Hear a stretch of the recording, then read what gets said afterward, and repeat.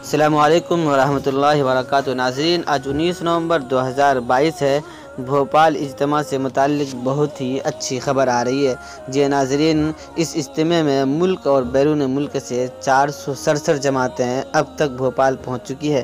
جی ناظرین، ایک اندازے کے مطابق اس وقت بھوپال اجتماع میں اس 4 روزہ تقریب میں 10 لاکھ افراد پہنچ چکے ہیں۔ اس میں مذہبی رہنما واعظ و نصیحت کریں گے۔ عالمی تبلیغی اجتماع میں فجر کی نماز صبح 6 بجے ادا ہو جاتی ہے۔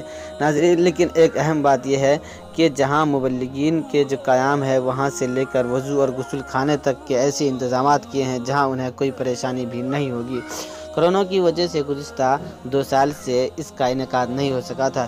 اس 4 روزہ عالمی اجتماع کا اختتام 21 نومبر کو ہوگا۔ اجتماع کمیٹی اور انتظامیہ نے بھرپور تیاریاں کر لی ہے۔ اب تک 467 جماعتیں اجتماع میں شرکت کے لیے بھوپال پہنچ چکی ہے۔ اس بار اجتماع میں کچھ پابندیاں بھی لگائی گئی ہے۔ اس کے علاوہ انتظامیہ نے پولیس سیکورٹی، ٹریفک کنٹرول اور اجتماع میں روڈ کے حوالے سے بھی سخت تیاریاں کی ہے۔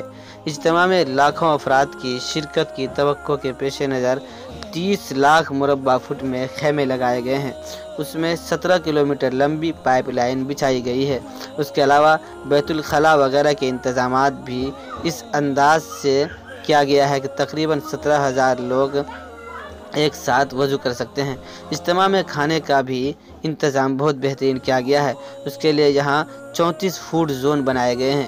ان میں صرف ویج فوڈ دستیاب ہوگا۔ اس بار اجتماع کمیٹی نے گوشت پر پابندی لگا دی ہے۔ بریانی بھی گوشت کا نہیں بنایا جا سکتا۔ جی ناظرین، فوڈ زون میں تقریباً 2 لاکھ لوگ بیک وقت کھانا کھا سکیں گے۔ پارکنگ کے لیے 300 ایکڑ اراضی کا انتظام کیا گیا ہے۔ اس بار اجتماع کمیٹی نے نان ویج کھانے پر پابندی لگا دی گئی ہے، یعنی ساگ سبزیوں اور دال پر اتفاق کرنا ہوگا۔ اس کے علاوہ پولیتھین کا بھی استعمال بھی نہیں کیا جائے گا۔ اس کے علاوہ پہلی بار کمیٹی نے غیر ملکی جماعت کی شمولیت پر پابندی عائد کی ہے۔ جی ناظرین، انتظامیہ کمیٹی نے غیر ملکی جماعتوں پر پابندی لگا دی ہے۔ پولیس انتظامیہ نے بس اسٹینڈ، ریلوے اسٹینڈ، اجتماع گاہ پر روڈ کے انتظامات کو دیکھنے کے لیے وسیع انتظامات کیے ہیں۔